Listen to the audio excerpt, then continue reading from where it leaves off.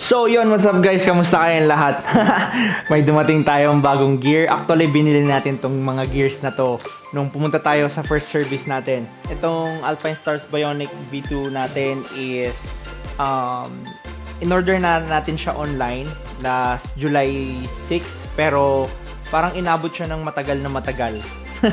Dahil out of stock siya, inantay muna nila yung supply ng Alpinestars sa GP Bikes. Kaya ayun, inabot ng matagal na matagal. Almost a month. Almost a month na nung nakuha ko to. Pero okay lang, worth it naman yung pag-aantay ko kasi gustong gusto ko talaga siya. And ang isa pa, yung size kasi talaga na gusto ko is mabilis siya mawala. Yun ang sabi sa akin, mabilis out of stock yung size na meron ako or yung size ko. Tapos kumuha na rin tayo guys ng first pair natin ng road riding shoes. Actually pwede naman siya pang track. Marami sa mga bumibili nito pinang-track nila kasi one level down lang siya sa Alpinestars SuperTech R10 yun. One level down lang to. So SuperTech R10, tapos itong kinuha na natin which is Alpinestars SMX Plus V2. So, yun yung boots na kinuha natin. Nung nandun tayo sa GP Bikes, actually, so sobrang saya lang kasi nakakuha na nga tayo nitong first pair natin ng road riding boots natin. And bakit nga ba tayo bumili ng riding boots natin? Kasi para sa akin na ngayon na na-unlock na yung potential ng motor natin is mas kailangan na natin siguro ng mas grabe din or mas mataas na level din ng protection. Kasi yung Alpinestars chrome shoes natin, which is shoes lang, okay naman kasi may protection siya sa mga ankles. Pero dito sa toe part is, di ba tulad nga nung ni-review natin siya, sabi ko doon na yun lang yung isang downside nun dahil wala siyang protection sa toe part. So, ayun, siguro pwede yun. Gagamitin ko pa rin yun siguro kung dito lang. Pero pagka medyo long drive na yung mga gagawin is siguro mag-riding boots talaga ako. Which is mas prefer ko talaga na lang mag-boots ngayon kasi based sa mga aksidente na nangyayari dito is isa sa mga nandadali talaga pa. So, ayun. Kaya tayo nag-end up na kumuha na ito.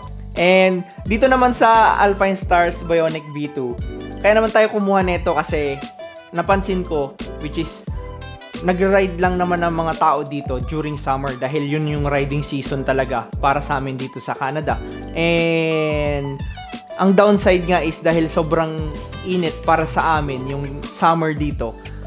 Pag suot ko yung riding jacket ko, sobrang naiinitan ako. As in, pinagpapawisan ako. Kahit sa traffic light lang, pag kunyari, waiting kami sa green light, nafe-feel ko yung init. As in, mga tipong 1 minuto na nasa traffic light, talagang nagpapawis na ako sa loob. And then, para sa akin, unhealthy siguro na nagpapawis ako and then pag nag-go, tapos nag-ride ulit, is natutuyuan ako ng pawis sa loob. So, very no sa akin yun. Hindi ko alam baka ako lang. Pero, ayun, isa yun sa dahilan ko. Kaya kumuha tayo nitong Alpinestars Bionic V2. Actually, pang dirt bike tong gear na to. Pero at least kahit papano, meron na ako nito. Which is, ito muna yung isusuot ko. T-shirt, tapos ito yung isusuot ko, and then hoodies. Trinay ko na siya nung dumating siya. Malamig siya guys. Sobrang lamig niya. As in, promise. Sobrang malamig siya sa balat. Kahit pag sinuot mo siya, kahit nandito ko sa loob ng bahay, talagang malamig siya sa balat. So, kahit pa paano, kumbaga malilesen lang yung init na nararamdaman ko pagka nag-rides kami or nasa traffic light, kanyan. So, ayun, gagamitin ko to street riding siguro pag dito lang. Kumbaga mga short distance rides lang, yan, magagamit ko. Pero siguro pag nagplano ng long ride, though, hindi naman ako ganun talaga nagla-long ride. Isang beses pa nga lang ako nag-long ride nung pumunta tayo sa first service natin dahil no choice lang tayo. Pero, mostly, pagka dito lang, ayan, siguro, ito na yung magiging go-to gear ko para sa ano. Tsaka maganda to kasi mas kompleto siya. Kasi yung riding jacket natin is, ayun, elbow pads, shoulder pads, bumili tayo ng separate na back protector nun, pero wala siyang protection sa harap, wala siyang chest protector. Which is dito, sa Alpinestars Bionic V2 natin is meron na kompleto. mas mahaba yung range ng protection niya sa likod, meron sa shoulders, meron sa elbows, tapos pati din sa elbows mas mahaba yung protection niya kasi umaabot siya hanggang dito. Tapos ang maganda nito, meron tong chest, plus meron pa siyang kidney belt. Di ko alam kung anong function nun sa protection, pero maganda na rin kasi meron siya. So kumbaga all-in-one jacket na siya na hindi na natin kailangan bumili ng separate na mga piraso ng mga armor para lang maproteksyonan tayo, 'di ba? So kahit magra-ride tayo ng naka-hoodie, medyo kampante tayo na may gear pa rin tayo sa loob ng hoodie natin pag nagra-ride. So ayun, yun yung dahilan ko kung ba't bumili ako nito. Tsaka napakaangas niya tignan. Diba, parang angas tignan pag naka-hoodie ka lang. Andun na tayo sa parang ano tayo, squid na squid tayo, tawag sa mga GSXR or Gixxer riders, 'di ba? So may pagka squid na squid talaga yung datingan kasi gusto rin natin syempre, 'di ba, yung good looking kapag nagmo-motor. Hindi na mawawala 'yan, guys. So pakita ko sa inyo mamaya kung anong talagang itsura nito, try ko siya isuot. Pero ito talaga ang pinaka gustong gusto ko. Dito ako excited. So ayun, nabuksan ko na to nung dumating siya and na-try ko na din, pero syempre gusto ko ipakita sa inyo. Quick lang, 'di ba? So ayan siya, guys. Ito yung Alpine Stars SMX Plus V2 natin. Yan. So sobrang ganda niya. Ang maganda dito kasi sobrang protected na siya. Kumbaga track ready na rin, 'di ba? Track ready para kumbaga in the future kung actually hindi ko siya masasabi na in the future kasi nasa plano ko na talaga siya na kumuha ng sports bike. Looking forward tayo na magkaroon ng liter bike, okay? Pero sports bike ka nun. Pero tignan natin kung saan tayo dadalhin ng ating kapalaran, 'di ba? Pero yun yung napupusuan kong pwedeng mangyari. So yun. Gusto ko lang tong SMX Plus V2. Hindi siya kasing mahal ng Supertech R10. Yeah, Supertech R10 na boots, which is yun yung talagang competition grade. Though itong SMX Plus V2 naman natin is okay na okay pa rin naman. Kumbaga yung styling niya, marami pa rin tong ibibit na ibang boots dyan. Ayun, nag-end up ako dito. Mas mahal pero para sa akin sulit. Parang sa Alpine Stars naman, guys, wala namang hindi sulit sa kanila. Doon naman sila kilala na parang kahit mahal, sulit yung kaya nilang ibigay na protection sa atin. So, gusto ko to, lalo yung styling niya sa likod. Lalo tong styling niya sa likod, guys. Sobrang gusto ko. Yan. Ito yung boots. Yan. So, ito yung inner part. Ito yung outer part. Sobrang gusto ko lang siya. Lalo tong likod na part. Ang lakas maka Power Rangers. So, try natin siya. Parang feeling ko tumataba na ako. Oh, ang hirap na. Sapatos lang, hirap na akong isuot. Samantalang dati hindi naman. Guys, kailangan ko na mag-diet. Kailangan ko na mag-diet. Kung gusto kong matry mag-race track or gusto kong mag-track day next summer season, parang feeling ko kailangan ko na mag-diet. Kailangan ko paghandaan yun. Pwede ako magpapayat siguro ngayong Pwede siguro ako magpapayat ngayong winter. Yeah, tama. Magpapapayat ako ngayong winter. Oh my God! Magda-diet tayo, guys. Promise. Para magmukhang naman tayo. Fit na fit sa Magmukhang fit na fit naman tayo sa sports bike natin pag nagka-sports bike na tayo, 'di ba? Tingnan mo. Parang tumataba na rin 'tong mga paa ko. 1 week lang bago dumating yung boots, parang tumaba yung paa ko. So, yun. Ganyan siya, guys. Yun, ayos ba? Yan. Oh, 'di ba? Pwede naman tayo mag-ride eh. Oh, ha? Cheer. Napakaangas. Ngayon naman, guys, suot naman natin tong sinasabi kong Bionic V2.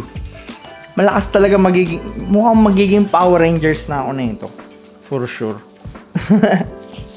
Pero gustong gusto ko to. Promise. Sobrang gustong gusto ko to. So, ganyan lang siya. Nakikita niyo ba? Yan.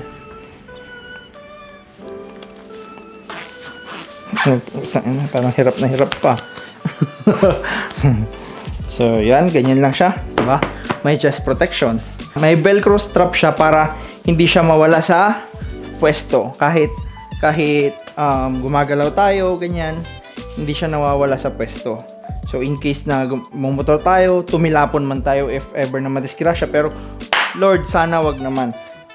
Pag nangyari yon, at least intact pa rin yung gear natin, di ba? So, yan. May shoulder protection, may elbow, may chest, tapos tignan nyo yung back. Yan. I hope nakikita nyo kasi alam ko maliwanag or what. So, yan. Tapos, ito yung sinasabi ko sa inyo guys na tawag nila dito sa mga reviews, kidney belt ang tawag eh. Hindi ko alam kung may epekto yan pag nagmomotor tayo tapos nakaganyan lang. Siguro, maganda. Pero, isang napansin ko dito, pagka naka-strap na siya dito sa ganito natin, mas solid yung lapat nung back protector natin dyan sa likod. So, ayun. Tapos, ganyan lang. Sobrang ganyan lang siya. Para siyang para siyang girdle ng mga nanganganak. Alam niyo ba yun? Yung pagkatapos manganak ng mga nanay is naglalagay sila ng ganito para support ba. So, ayan.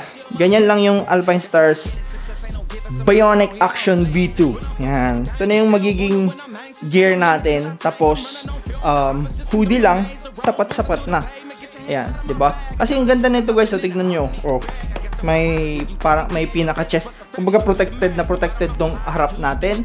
Protected tong mga kamay natin. Elbows, shoulder. And then, yung coverage din ng protection niya sa likod. Sobrang laki din. Kasi actually mas mahaba pa protection nito kasi mula taas hanggang dito sa baba. Which is yung binili ko na insert para dun sa riding jacket natin. Dun sa Viper ba yun? Yung jacket natin. Basta yun, yung riding jacket natin. Yung insert nun na binili ko, mas maikli siya compared dito kasi kinumpare ko talaga siya eh. So, ayun. Kaya okay na okay tong gear upgrade natin. Parang ilang buwan lang eh, no? Ilang buwan lang since nung sinimulan natin bumili ng mga gears natin. Nakakapag gear upgrade na agad tayo. Kaya, ayos. Kahit pa paano, nasa tamang landas pa rin tayo. Yan, ganyan yung itsura niya guys. So, sobrang ganda. Try natin umupo kung komportable. To emit to ano lang yung pag nagmomotor. Oh, okay pa rin. Solid pa rin. Sobrang ganda niya. Paano kung sports bike na yung dala natin? Uy. Oh. Diba? Okay na okay siya guys. Okay na okay. Tapos, syempre guys, hindi pwedeng dito lang natatapos, diba? Try natin siyang try natin upuan yung motor natin para kahit papaano nakikita nyo kung ano itsura. Sana may mapaglagyan tayo. Para makita nyo. Saan ba natin ito pwede ilagay? Dito. Yeah, pwede dito. Ayan, kita yung motor natin. So, yan. Oh, ha? Sobrang angas, diba? Oh. Actually, first time ko dalhin dito itong Bionic V2 dito sa motor. Nung pumunta kasi ako dito nung kararating ng boots, itong boots lang ang gamit ko eh. So, yun. Ganda na ito guys kasi itong shoes natin, meron siyang toe sliders which is kung bumabanking na tayo in the future at nagasgas yan, pwede natin palitan. Pati itong heel slider na to, if ever sumemplang, magasgas siya, pwede siyang palitan, removable to or replaceable tong heel guard niya. So yun, sobrang napakaganda na ito. Yeah.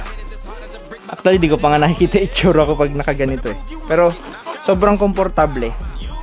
Komportable ako dito. Promise. Sobrang komportable niya guys. Oh, ha?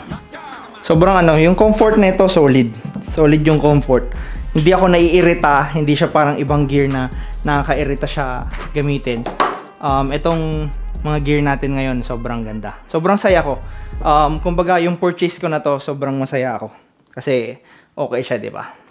So, yun lang guys. Yun lang yung gusto ko i-share sa inyo ngayon. Gusto ko lang pakita sa inyo tong gear. Sobrang dami na nating video, di ba?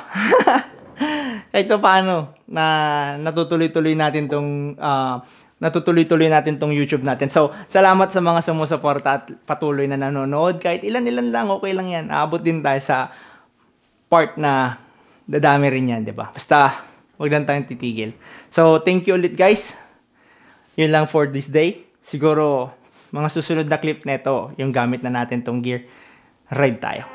Chi! Ride safe! I need all the wins, yeah. Ain't no L's, I gotta get a no call and quits, yeah. Gotta keep on moving no matter how hard it gets, yeah. Better move out the way cause I'm coming with harder hits. My head is as hard as a brick but I'm harder than all of this. You better move, you might get knocked out, knocked out. You better move, you might get knocked out, knocked out. You better move, you might get knocked out, knocked out. You better move, you might get knocked out, knocked out. My heart on my sleeve, stress, shield my greed. That's how I get it, success ain't no giving. Some days I don't hit, I don't sleep. When I'm focused, I'm dangerous. They don't wonder when I'm anxious. Ain't no limit till I tank. I'm running on fumes. The opposition don't amaze. The roads racing through the pavement. Get your hands out of my bag. I know that's because I've been in it. I don't need to brag. I guess that's what happens when you taking care of your business. But some family, you do the math. I'm out of my pocket. Houston, we got a problem. I ain't perfect, let them watch me. Elevating, got them nauseous. Cause I'm the pilot in the cockpit. Nose diving in the house and woo. Watch out, get ahead. Watch out, get ahead. Watch out, get ahead. Woo. Watch out, set it up, bet you I shut it down. Watch out, get a win. I don't think they really wanna come against the winner. Got a finger run up in on a grenade. I ain't never been there when you think you compare. I'm a line, but the one about the cage. I need all the wins. Yeah.